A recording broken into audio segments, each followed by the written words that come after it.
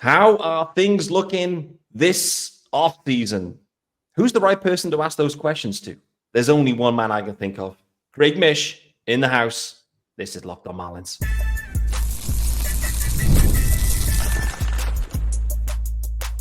You are Locked On Marlins, your daily podcast on the Miami Marlins. Part of the Locked On Podcast Network, your team every day. Greetings from England and welcome to Locked On Marlins, your daily Marlins pod. I'm your host for now, Peter Pratt. Hit me up at Miami Marlins _ UK. And thanks for making Locked On Marlins your first listen of the day. It's part of the Locked On Podcast Network. Reminder, there is a YouTube channel. So hit subscribe over on the YouTube channel. It's also called Locked On Marlins. Let me know in the comments. Let me know, what is your top free agent priority for the Marlins this offseason? Will they make any moves? I don't know. But let me know for sure. Delighted to welcome onto the show, Sportsgrid's Craig Mish is in the house. Craig, one last dance. How are we doing? I can't believe this is it. This is it, huh? This This is not a Michael Jordan 99.9% chance. This is 100, right? That's it. It's 100 real quick. This is 100. Wow. Well, it's an honor to be with you here at the very end, Peter. Like you and I have known each other now for a long time, and we've had a lot of fun. We've had some laughs. We've had some cries together. We've had some controversies together. We have. And I mean, you've done so much for the Marlins community through the years that it was sort of a painful thing to hear and see that you were gonna call it quits. But you know what? Like I understand where you're coming from. This is not an easy thing to do, to have content when a team in particular this year is not winning, and then sort of viewing what the future could look like, and we'll get into that. But yeah, to be a content creator in this space involving your family and your work life, I'm going through the same thing. I have so much going on with my family too.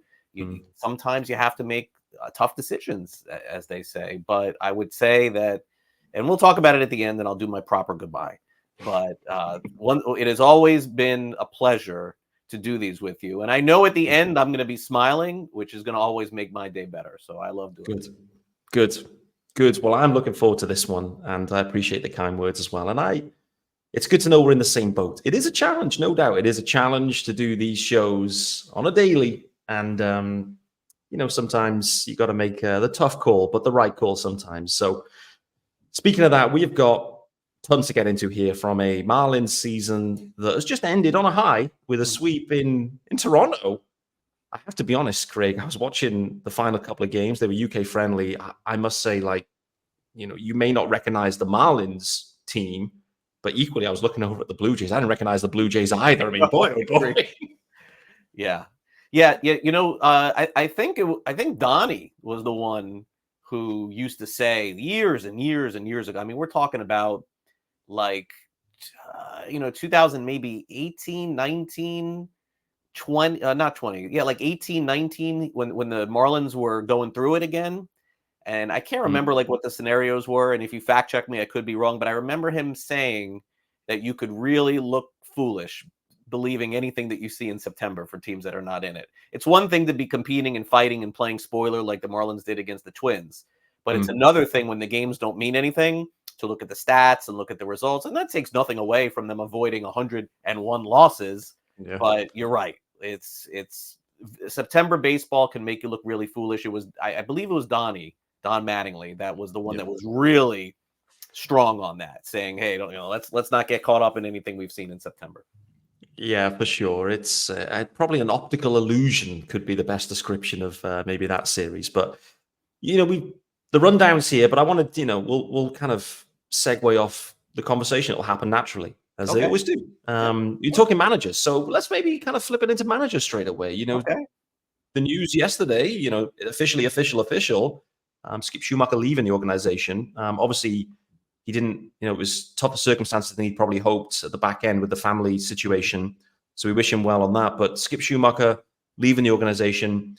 Your assessment of Skip's 2 years, I mean, boy, oh boy, 23, that image of him in the shopping cart being sprayed by champagne will just forever live in my memory. But what were your memories of Skip Schumaker? Yeah, I'll have a lot of good memories, man. 2 years I got to know Skip. The first conversation that I listen, if Skip watches this and he gets upset, he gets upset. But but I've gotten people upset on this show before, so I'm gonna get here. So the very first conversation I had with Skip, I mean, we're talking. Well, you know what? I take it back. In Jupiter, I had interviewed him and done different things with him, but not like on the personal basis of like, I'm gonna now need to get to know Skip Schumaker here for the next 5 years, but it ended up being 2 or 3, whatever. So I reported a story when he first got hired about like a hitting coach who was potentially going to get the job. It was actually some other reporter. It may have been Ken Rosenthal. I don't remember who it was, or Jeff or somebody that said, I don't remember, that said that this person was either in the running or out of the running. And I basically confirmed another report, but it was my report. Okay. So I'm not going to sit here and not own it, but I did. And I remember talking to Skip like immediately after that. Like, I think I may have asked him, can I have like 5 minutes or whatever? And he was so mad at me.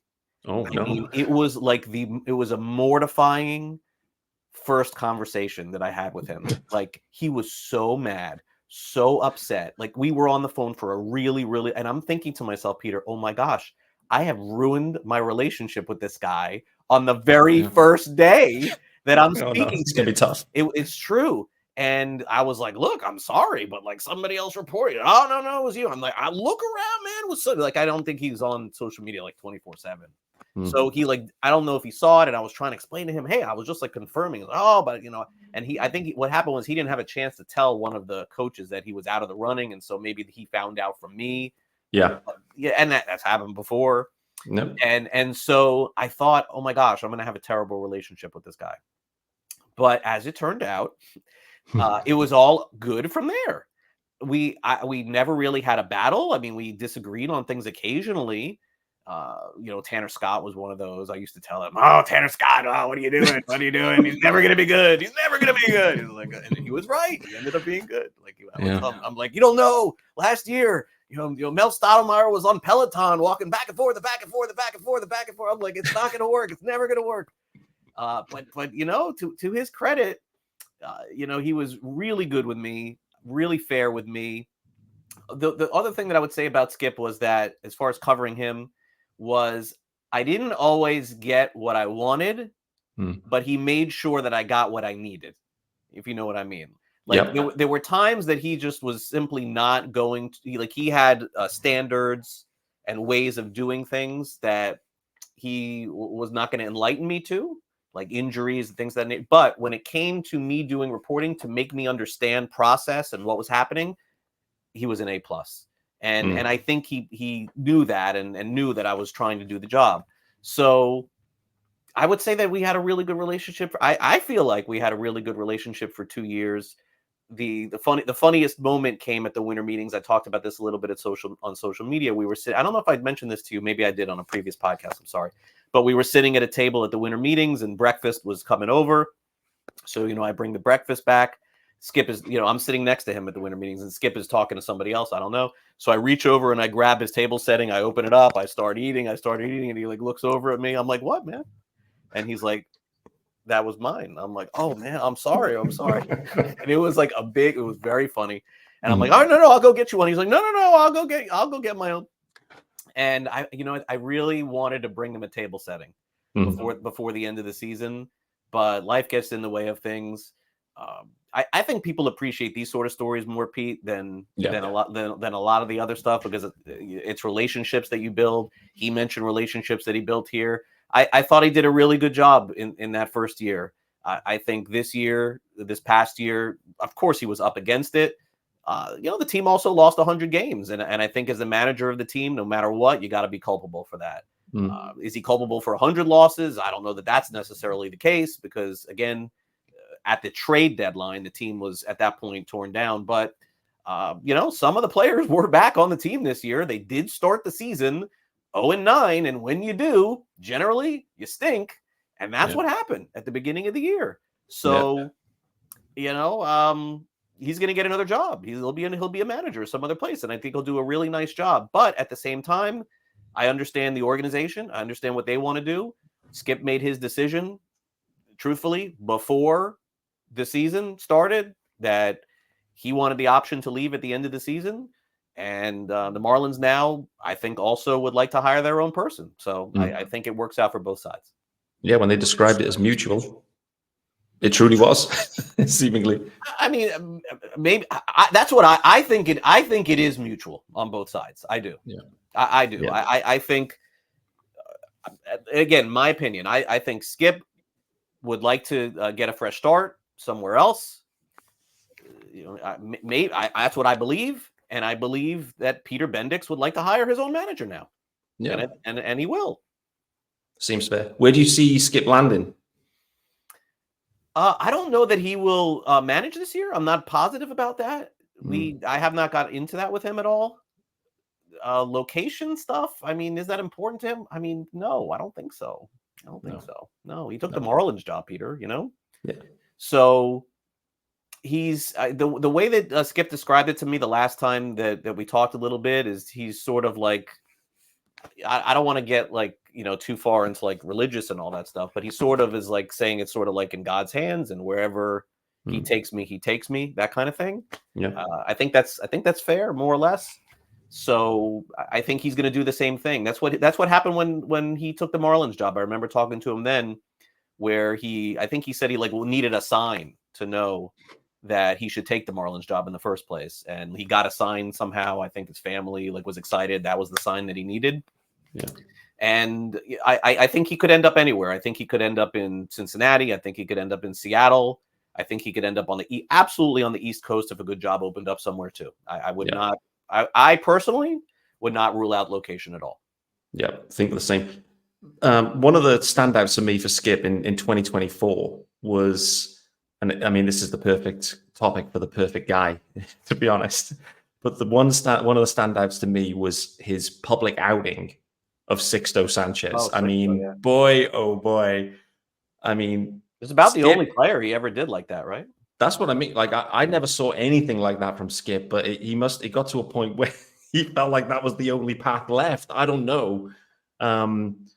It was definitely an interesting and eyebrow-raising moment, but nevertheless, was that a message to Peter Bendix? Was that a message to Sixto Sanchez? Like, what was going on with that whole situation? Because Sixto was not performing at this point. Yeah. I mean, look, I have to really jog my memory back to think exactly what happened there. But I don't know that. I mean, look, I don't know that it was a message to Peter Bendix necessarily. I just think that he probably felt that he wasn't preparing himself in a way to pitch that he should have, and let's keep it real. There are a lot of other kids that are out there that are preparing in a lot better way than Sixto was that deserved a chance over him, based on what we've seen the last few years. Yep. So I think that was maybe more of it. But my understanding is, at least maybe from Skip's perspective, is that the way that I portray Sixto maybe isn't necessarily as bad as it really is. But then again, before Skip was here, I've just heard so many other things about Sixto that it's hard for me to see it differently than when I get it from people who really know. I think Skip probably at some point this season was just frustrated. The losing was going on, and then all of a sudden, the trades happen, Peter, and then like July, August, you have all these guys coming in and out of the clubhouse, in and out and in and out, and it's just like, let's try this guy, and let's try this guy. And that cannot be easy on a manager. So I understand why Peter did it, because it's like, okay, let's flip the coin. If this lands on heads, we got a winner. Oh, tails. Okay, flip it again. Yeah. All right. Oh, tails again. Let's flip it again. And it's at the expense of winning the big league team. So I understand that. But I understand Peter's point too. Like, if they catch, and they probably caught a couple of coins this year that may help them in the future, that they saw, in fairness to him too. So that relationship is not going to work. That's not what Skip wants to win. Peter's in experiment mode this past year. And when that happens, you have two people that are going different directions. And inevitably, that's how this ended. Yeah, exactly. Which is fine. And it is what it is. And one final one on Sixto, because we got to get this in. Sixto, after this season, done. Tell me he's done. I mean, they just carried him again on like some 40 man or something like that. But I honestly, I mean, I don't know. I mean, it has to be.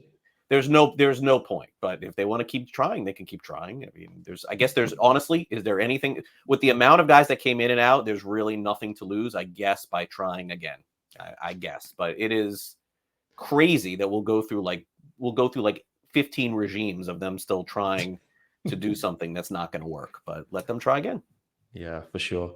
While we're in the coaching segment, let's briefly touch on Mel Stottlemyre Jr. as well, because Mel Stottlemyre Jr. was here when Skip arrived. Naturally there was maybe some question marks at that time. Is Skip going to go in his own direction here with the pitching side? Decided to continue with Mel. I assume it was mutual, obviously, but I'm not quite sure of the status of Mel Stottlemyre Jr. contractually at this point, but I do wonder if this might be the end for Mel as well with the Marlins. What about you? He has another year on his contract, but it is hard to see for me. It feels very similar to a Skip situation where Mel has been very much about winning. He has gone through several changes from Donnie to Skip, now potentially another manager. I think the thing in the end that we have to remember is he does have a year left, so it's not really his choice. So I don't know exactly what's going to happen here in the next few days, but we're going to get some resolution on that. My guess is he is not back next year. That's my guess, is that another one of these, parting of the ways kind of things. But goes without saying that I have a tremendous amount of respect for Mel and all the things that he accomplished with the Marlins and his family, and I know them well. And of all the things we could talk about and how good he was here, notwithstanding all the injuries, a lot of pitchers have been hurt. The one thing that I definitely can correlate with is Sandy Alcantara's Cy Young season and just really his development as a big league pitcher. I also would say Pablo Lopez too. Yeah. So those two players, if you could find a pitching coach to give me a Cy Young Award winner and another mega deal for another pitcher who's a great pitcher, that's the kind of thing that you sign me up for. But last couple of years it hasn't looked like that, and so. I would guess that Peter Bendix will go in another direction with a new pitching coach. It's again not in stone for me. That's just my guess. Yep. Any chance for the manager role they stay internal? Obviously, there's a few guys around now, et cetera, et cetera. Do you expect them to look internal, but maybe end up going external, or how do you see it playing out? It will not be somebody internally. Sorry, they will hire somebody outside of the organization. Yeah, okay. We'll wait to see. That's going to be one of the things for the new host of Locked On Marlins to track along in the coming weeks. Who is the new host? Do we know? No, unconfirmed. Oh. Unconfirmed. So, I don't know, actually. The network hasn't confirmed to me that they've got someone. Maybe they haven't convinced anyone to take it over yet. I don't know. It could be. I mean, I'll send them your details if needed, Craig. I mean, no, I'm good. I'm good where I am. You'd say that. But what I can say for the new host, whenever that may be, thinking back to when Skip Schumaker and that hiring process was going on, man, oh man, you need a pronunciation expert, because boy, oh boy, every time there was a new manager that was in the mix, I couldn't work out how to pronounce it. Even like Skip Schumaker, I mean, was it Schumaker? Was it, I don't know. So hard to pronounce all these guys' names. I think this search will be extensive. I don't think it will be as extensive as the last one, because the last one was Kim Ng's first hiring of a manager. And the owner, Bruce Sherman. I mean, in the end, Kim Ng's recommendation was to hire Skip Schumaker, hired by Bruce Sherman.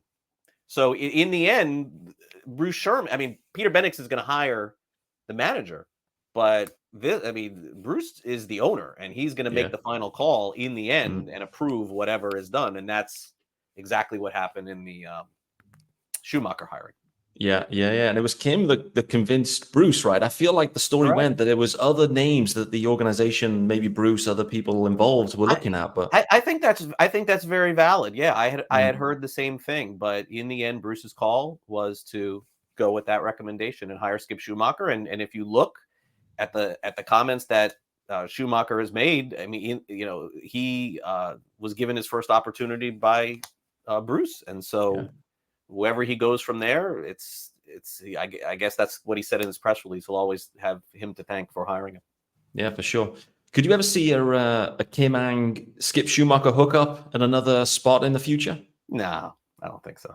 Oh man. I mean, the first thing that would have to happen is Kim would have to get back in the game at some point, Yeah. right? And I suppose so. have to be, like a general manager, right? So maybe if that was to happen, then that was the case. I saw her name floated for something the other day, if I'm not mistaken. I don't remember what it was. But I don't know what Kim's intentions are. I haven't talked to Kim in a while. Every once in a random while, I will fire off a text. It's been a while though, so maybe that's something I have to put on my list. I have not talked to her in a while. Sticking on the list. Speaking of GMs, let's talk about potential incoming GMs. It feels like that. I mean, not feels like that role is currently vacant. Oh, GMs? GM role. Yeah, I don't think they're going to hire a GM. No GM. Stay as is, similar structure or same structure as now. I think they'll keep. Look, I could be wrong, but the sense I get is the structure more or less stays the same. Yep. What do you see, if anything, Gabe Kapler? Same role. I know he's been heavy on the player development side, I guess, right? Same again for him for 25? Yeah, look, I think it's fair to say at this point that Peter Bendix's right-hand man is Gabe Kapler. So a lot of the key decisions within the organization, I believe, will be recommended by Gabe. And Peter is the boss. Peter's going to make those final decisions. But I do think that Gabe has a heavy hand into what happens. And my guess is he has a heavy hand into the next manager of the Marlins as well, at least in opinion. And then, Peter will have to decide what he wants to do from there. But that would be my estimation from my understanding.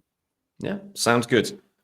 Let's flip it up to the off season. Let's think about, we are where we are at this point. There's a few decisions to be made. I'm interested to run through a few of these situations here and think about what this off season could look like. So, I've got free agents, ? Extensions, ? Trades, ? I mean, before we dig in, I know you're already laughing because of the free agents one. No, look, I think there's just so much to accomplish even before that happens. Like the next manager has to be hired, and then assuming the next staff has to be hired too. And I'm just so far from thinking about that. But yeah, some holes do need to be plugged. Absolutely. They traded away so many players in July, but I do think that some of those players that you saw, we're going to see again next year. Yeah, exactly. So I think the summary there on the off season is we need to start with the foundational pieces. We need a manager, a staff. Let's start there. Let's build it out, right? And then, the rest will come. Talk to me, because, I think you've spoken about this publicly, but I'm now doubting myself as I say it out loud. Speak to me about Sandy Alcantara. Speak to me about what could happen this offseason, if anything, with Sandy, or the intention is that he will be remaining with the Marlins, at least to opening day and beyond. There's no telling what could happen in the future, but from the intel that I've received and asking the right people the right questions, my understanding is that he's going to start for the Marlins opening day, and there's a chance that he certainly can remain with the team for an extended period of time. Do I know that to be fact? No, but conversations absolutely were had, and I think I referenced those previously in reporting. So I don't think Sandy should be like super comfortable that he'll be here for the next 5-10 years, but I wouldn't rule it out either. If the team is competitive in a couple of years and they want to keep him and make him part of it, I don't see why they wouldn't do that. So it's an open-ended answer. I don't know if I gave you a good one there, Peter, for that one, because we just don't know. It's hard to say, but the only thing I could tell you is I believe he will start opening day for the Marlins.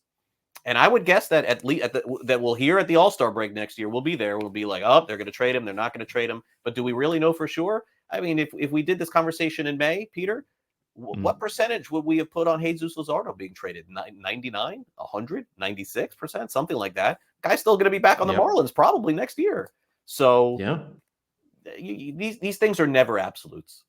Yeah, absolutely. I like it that there's a sense of, we're going to see him opening day. And I feel like Marlins, the fan base generally is kind of, embracing that really. There's a lot of, 2025, maybe things could be better. The rotation could be back, I think is, some of the sentiment there. I mean, Sandy will be, Yuri, less so obviously. You mentioned Luzardo. there was some advanced conversations, I think, around him last offseason. They couldn't get a deal done. No. It wasn't the campaign that Luzardo wanted. We now have 2 years of control remaining on Luzardo. We are absolutely in the window now of, considering the business model, trade soon, I would say. Do you expect by the end of next offseason for Luzardo to still be with the Marlins? Probably not if he's healthy, but that's going to be Yeah. the key. This regime, I don't think, is going to sell low right now. No. So I would imagine you have an opening rotation next year of Sandy starting game 1, Luzardo starting game 2, and then again a fluid situation, kind of seeing where the team is at the All-Star break, at the trade deadline. Are they competitive? As you said, with Weathers throwing in some other pitchers, Yuri Perez back, let's say, I don't know, May, June, somewhere along those lines. Probably he's not going to pitch in April. He's not going to open up with the team, but no way. Yeah, no. But when he does come back, assuming he does come back, you never know, but assuming that their rotation would be pretty stout and they could be back into a situation where they're, again, not scoring a lot of runs again, but pitching very well and maybe more competitive. So as a Marlins fan, I think that's what you hope for. Yeah. And it is reasonable, I think, to look at that on paper and think that that could be the case. But, Peter, I can't stress enough. And again, 9 games does not ruin a season, but it ruined this past season, 100%. When you start off that bad, they could say there's coming back from that. There really was no coming back from that. No, and it was cooked. It was cooked and after 10 days of a season. And by the way, they didn't lose to the Dodgers 9 times. Like they lost to the Pirates. And it just the optics were so bad to start off with that as the season kind of went on, things obviously turned the other way with starting to trade players and everything else. Yeah. How did they start 0-9? I mean, how the hell did they start 0-9 with that? I mean, the schedule was soft. I was looking at thinking we could go 9-0. I know they were blowing a lot of games. The pen wasn't right at the start of the year. Probably some bad luck in there too, a little bit. And Arias didn't start hitting early on with them. I think he struggled a lot right out of the gate, then picked it up later in the year. It was just a confluence of events, man, and things like that happen in baseball. And then after the 0-9, they won a couple games, and then they lost a bunch more games too. But I think just it was such a sour start to that it kind of felt doomed. And I would guess you'd go back in baseball history and find me teams that start off 0-8, 1-15, and every fan base would tell you the same thing. We knew that in April it was over. Oh, it was cooked. I mean, it was. You're watching 0-9 and you knew like season's over, and you're like, man, it's April. and one thing that certainly comes up a lot is the fact that this notion, because I hear it and see it a lot, is that this was like the plan all along, was for them to lose as much as they can because Peter Bendix wanted to like tear this whole thing down and do a rebuild. It's not the case. It is not the case. And I suppose, look, anybody can, say or believe anything they want, like regarding that stuff. And I think, by the way, I think everybody's super entitled to their own opinion. And, you do podcasts, I do shows. I think anybody can say that. But the one thing that I have, prided myself on for a long time, and I'm not perfect with this, but it's getting to know people. And I think that in this business, you have to be good at relationships. You have to put yourself in a position where you can earn trust. And I think that very early on, at least in my opinion, I earned that and built that with Peter. And I can tell you that unequivocally, this guy was not lying to me when he told me that he thought the team could be competitive. Can we indict Peter for thinking that the team would be competitive? Absolutely. You can. Go ahead, because it's fair. Because that's what he told me. And that's what he told everybody else. But he didn't just tell me. Like, I met with him. I spoke to him. I got to know him. The guy is not a liar. He's not. And anybody could believe that. And I have no skin in the game other than to tell you this is the truth. When I met with him, away from all of it, to get to know him more than once, I asked him a lot of different questions, a lot of which obviously I'm not going to share because it was a private conversation. But I think that that's important for people to know. Yeah. You can feel really bad about his judgment on that. Yes, you can. But the guy was not lying. The guy came in, saw the pitching. This was, pre-Yuri going out too, by the way. Yeah. Saw the pitching, saw the team. Look, all the way back in from last year? No. A lot of guys back from last year? Yes. Let's see. Maybe lightning in a bottle happens. Maybe we're the Guardians. Maybe we win. I mean, who knows? You don't know. It's baseball. It's sports. It's life. Maybe something happens within the division. Let's give it a shot and see. Here's from a lot of people in the organization. Should we tear this down? No. Why would we tear it down? Made the playoffs last year. Let's try and fight. Okay, let's sign a couple guys. See what happens. That was the idea going into the year. It was not, hey, Craig, here's what I want. I want to lose 120 games starting right now. But I'm going to tell everybody we're going to try and win. That's a bunch of BS. It is not true. It is not true. But I can tell you that because I take the time to get to know people and meet people and understand people. And I think I'm a pretty good judge of character with that through the years. So take that for what it's worth. Yeah, absolutely. This is why we trust. This is why we trust Craig, because you've got the relationship to be able to tell us the insight. The Marlins fan base, we're irrational, so that's it's fine. Everybody can have an opinion, but there's a difference between opinion and fact. And by the way, do I unequivocally know that Peter isn't just simply lying to me? Of course, I don't unequivocally know that. But again, I think that I'm smart enough. I've been at this long enough. I've been doing this, getting to know people long enough to know when someone's trying to feed me crap and someone's trying to tell me, hey, look, this is the real plan. And by the way, along the line between then and now, I haven't heard a lie. I've heard it all play out the way that it was that it was going to play out. Nothing has surprised me thus far. Yeah, exactly. This is the funny thing, right? Because you mentioned it with Skip, right? Like the 100 losses is on his resume forever now. And it has to be. Yeah, he understands that. Yeah, exactly. And the reality is it's on Peter's resume now as well. Absolutely. And so, absolutely. He's the GM of this team this year. This is on his resume, and the trades that he made are on his resume too. There's no, there was really no honeymoon period for him at all. He walked into a situation, the team immediately lost 9 games. So it did not go well at all. This is all on him, so to speak. But it is going to take time to do things the way that he wants to do them. Whether or not you want to give him time, that's up to you. I'm living here. I'm not going anywhere. I try to look at life as much as I can in a positive way. And when I see people like upset and yelling and screaming, that's certainly well within everybody's right. I don't have time for that. I'm ready to look at what's next. I'm ready to move on. I'm ready to see are the prospects are going to work? Are they not?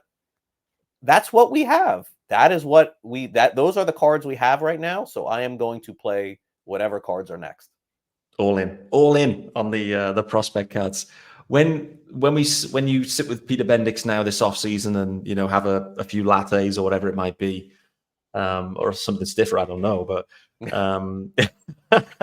we'll see. Yeah, we'll see. Exactly. It depends what's required, I guess. But what's his outlook going to be like? It's a year in. Like, how's he going to be feeling about the year ahead and the future direction? Like, it feels to me like what you've described there is, what he's shared. It's going to plan at this point, right? And I guess, okay, the 0-9 start, and we flexed into it, but like, what's he going to be thinking? How's he going to be reflecting on 24, and how optimistic for 25? Yeah. So I don't know everything, and again, the last couple of months I've been more out of the loop than normal. But my estimation, with again, my opinion here only, is that I believe that he probably thinks that losing 100 games next year will be unacceptable, and that the team should be better than they were this year. That would be a guess from me, because I don't believe that anybody wants to go through that again, and the expectations will be set higher. But at the same time, realistically speaking, I don't think that anybody is going to look at the Marlins 2025 roster and predict they're going to win 90 games or maybe even 85 games. But when you win 62, Peter, there's only one way to go, pretty much. and There that is has to up. be. So would people be happy with a 75 win season or a 74 or a 72? I guess beauty depends on the eye of the beholder here. If they're competitive in the first half of the season with some veterans, make trades again, would people be satisfied with that? I don't know the answer to that, but realistically speaking, I think they would absolutely like to be more competitive. I think they'd absolutely like to win more games, but now they're in the process of obtaining, and we'll find out at the winter meetings, potentially the number 1 overall pick in the draft. And if they were able to land that, it could be very clearly a game-changing, franchise-altering kind of deal there, as we've seen potentially with Pittsburgh and some other teams as well. They're going to have a great shot at it. We'll see if they end up getting there, and then they'll have the first pick, Peter, in the second round, and the third round, the fourth round. They're going to have to hit on those picks too. Okay, it's not easy, but you can see a path once that begins. And No by doubt. the way, the other thing we're seeing too, a lot of first round picks coming to the big leagues quick. So, check back, in a year from now, see where we're at, and then kind of go from there. Yeah, good call out. The draft, it feels like the Marlins in recent drafts, we haven't quite been able to add the blue chip guy, I guess. Like there's, it's never been viewed that the pick has been like, this is a top, like blue chip dude, like a won't whiff, type of prospect or whatever. But I feel like this year could be the year, hopefully. Yeah, I mean, look, the drafts have been tough to analyze. There's been some good, some bad. It's like all of a sudden Blade becomes a player now in Oakland. I know.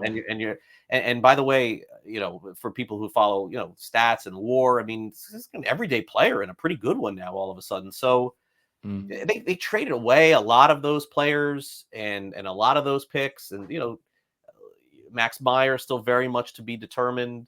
It's not an exact science. My guess is if you look back at drafts the last, I don't know, DJ Svilik's drafts, the last 5 or 6 years, they're based on players who got to the big leagues. They've had some, they've had others that are busted. My guess is it would fall in the middle of the pack of Major League Baseball. I know a lot of people think, oh, they were horrible.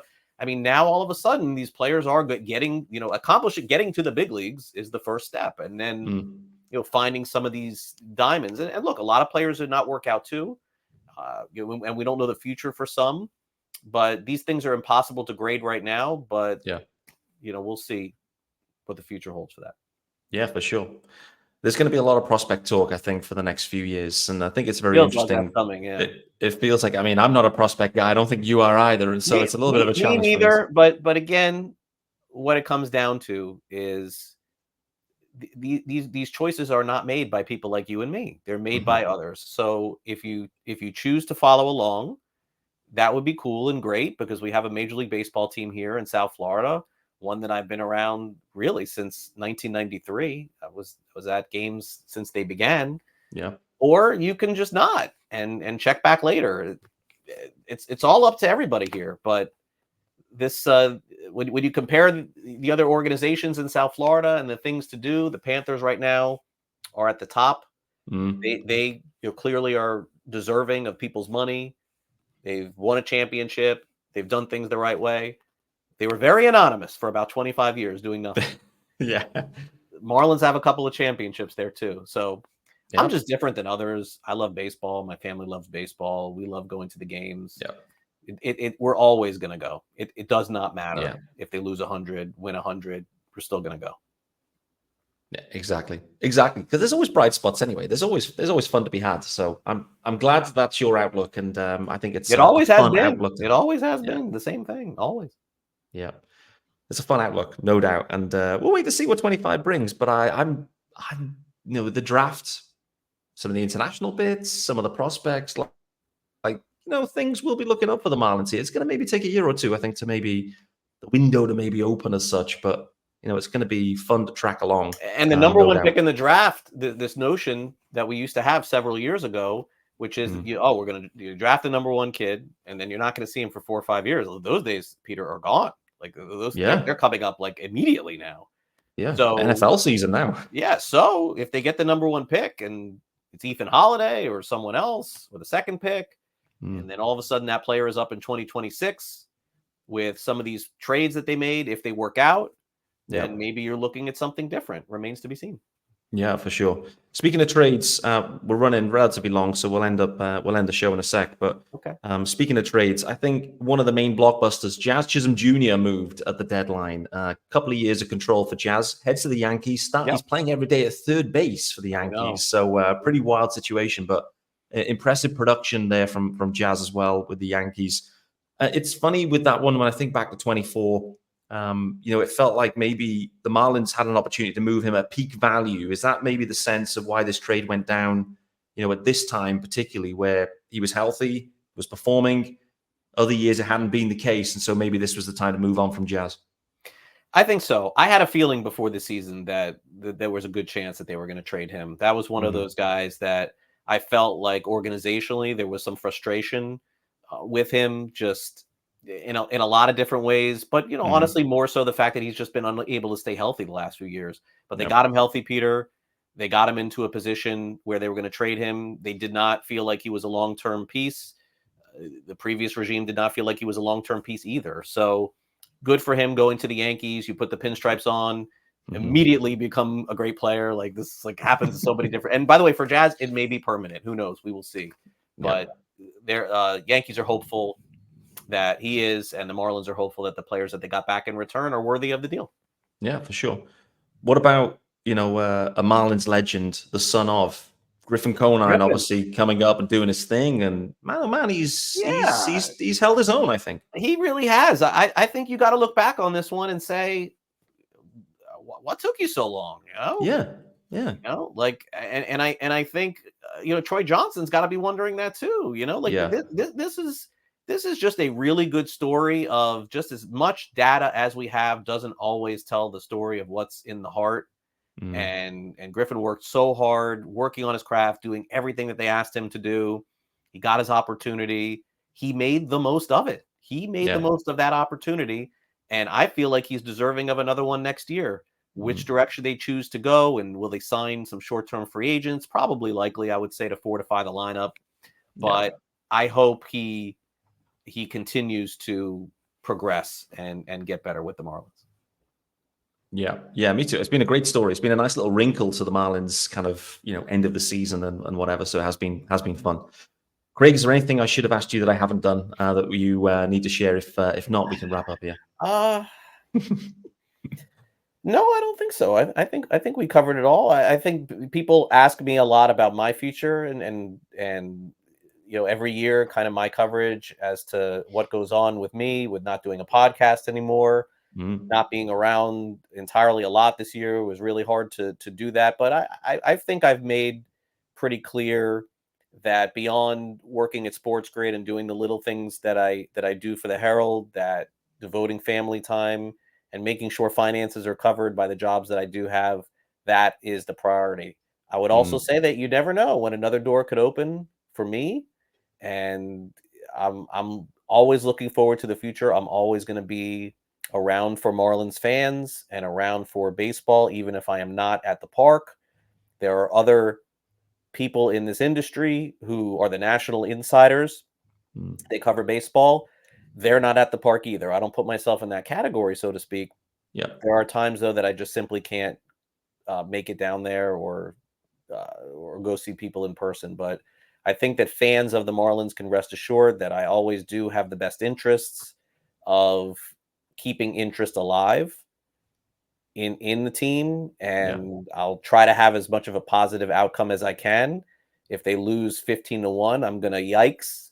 I'm not gonna. This is who I'm gonna be, and Classic. And that's it, man. Like I'm gonna keep doing what I'm doing, and so I would kind of leave it at that for me as far as the future goes. But for you, Peter, I would say it's been an awesome ride, and you've done in the years that you've done these podcasts and making videos, the amount of time that you have devoted to the fans, to joking around and just engagement, keeping people going, is you should really know what you've meant to the community. And I thank you for it. You put a smile on my face because I know I'm going to wake up in the morning and either me or Hayes is going to say, look at what Peter Pratt just said. Look what he just said. This guy's, we would laugh. And I was like, oh, it's funny. He's a funny guy. And you will be missed, man. You will be missed. You were an important part of this community, and I certainly understand because I go through the same things that you go through. And I wish you all the best. And whatever endeavor you choose to do next, whether you're a real person or just AI, I still don't know at this point. I'm assuming that you're real, and you've always been real with me. So I appreciate you. I appreciate you, Craig, for sure, no doubt. And thank you for the kind words, and thank you as well for all the shows we've done together. They've always been fun. They've always been a blast, no doubt. And thank you for the I've other got stuff people outside mad the on this show too. Got people mad. Well, A few people mad. That's part of it. That's part of that shows we're doing a good job. I agree. I agree. We're here to entertain, but we're here to ruffle a few feathers now and again. So it has to be done. Has to be done. And that's it, Craig. Everyone, in Marlins Twitter, I know, and Marlins World absolutely appreciates everything you do. No doubt about it. It's like, it remain the GOAT. So we'll watch to see what the future holds for Craig, no doubt. But I'm glad that we got to do this episode together. My effectively final full episode, which I think is the perfect way to send off everyone with a sense of what's cooking in the Marlins organization right now, and delivered via Craig and the knowledge he has. So, guys, we're going to wrap it up there. Thanks for making Locked On Marlins your first listen. There's one final episode to come. It's a thank you episode. It's a recap episode with the UK GOAT, Sean Barrett. But to Craig Mish, appreciate you. To everyone else, thanks for listening today. Join me for one final one later on today. But 30th of September, that's the end for me on Locked On Marlins. And I'll see you soon.